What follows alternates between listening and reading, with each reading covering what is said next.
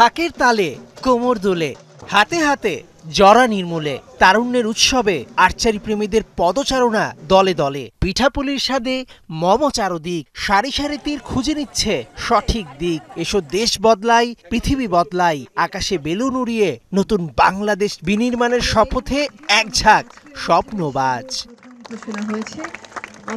বুকে ওদের প্রত্যেকের তীর ধনুকের ছবি। তারুণের উৎসব বাস্তবায়নে সবচেয়ে সফল ছিল বাংলাদেশ আর্চারি ফেডারেশন। সারা দেশে 9টি ভেন্যুতে জমকালো উৎসব শুধু লোক দেখানো নয়, প্রতিটি জায়গায় হয়েছে ট্যালেন্ট হান্ট। শেষ পর্বে ঢাকার পল্টন ময়দানে সেরাদের নিয়ে ক্যাম্প করার আশ্বাসে সায় খোদ যুব ও ক্রীড়া মন্ত্রণালয়ের সচিবের। ট্যালেন্ট হান্ট করছি, প্রতিভা অন্বেষণ, এটা খেলাধুলা, লেখাপড়া সব ক্ষেত্রেই।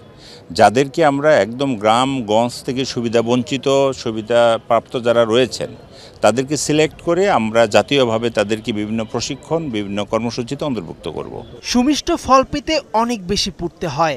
আর্চারির এসএ গেমসে 10 on 10 সবার জানা, ভয় পেলে হবে না কোনো জয়। নতুন বছরে ঘরে বাইরে আর্চারির বিগ সব ইভেন্ট অপেক্ষায়। তারুণ্যের উৎসবের মাধ্যমে হলো সারা দেশে আর্চারির ব্র্যান্ডিং।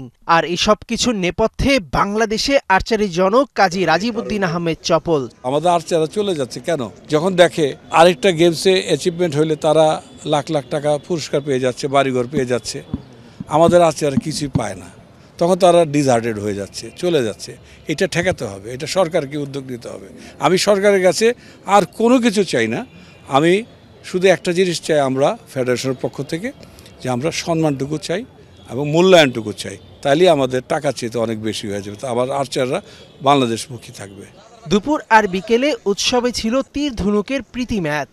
নারী পুরুষ আলাদা আলাদা ইভেন্টে লড়েছে সবাই। ছিল প্যারা আর্চাররা। আর্চারি একমাত্র ফেডারেশন যারা ব্যাক টু ব্যাক সরাসরি অলিম্পিক্সে কোয়ালিফাই করেছে। কেউ চলে গেলেও আর্চারি থেমে থাকবে না, কেননা আর্চারির পাইপলাইন এতটাই সমৃদ্ধ। মেয়েরাও এখন অনেক ভালো করতেছে, আর আর্চারিতে তো মনে করেন যে মেয়েদের রেজাল্ট খারাপ না, আল্লাহর রহমতে ভালোই আছে।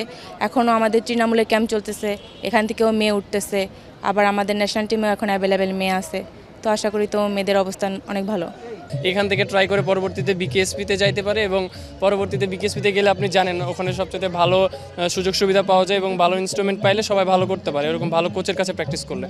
15 জানুয়ারি নীলফামারী দিয়ে শুরু, 8 ফেব্রুয়ারি ঢাকা দিয়ে শেষ। তীর ধনুকের লড়াই উপভোগ করেছে লাল সবুজের পুরো বাংলাদেশ। মেহেদী নাইম, 71।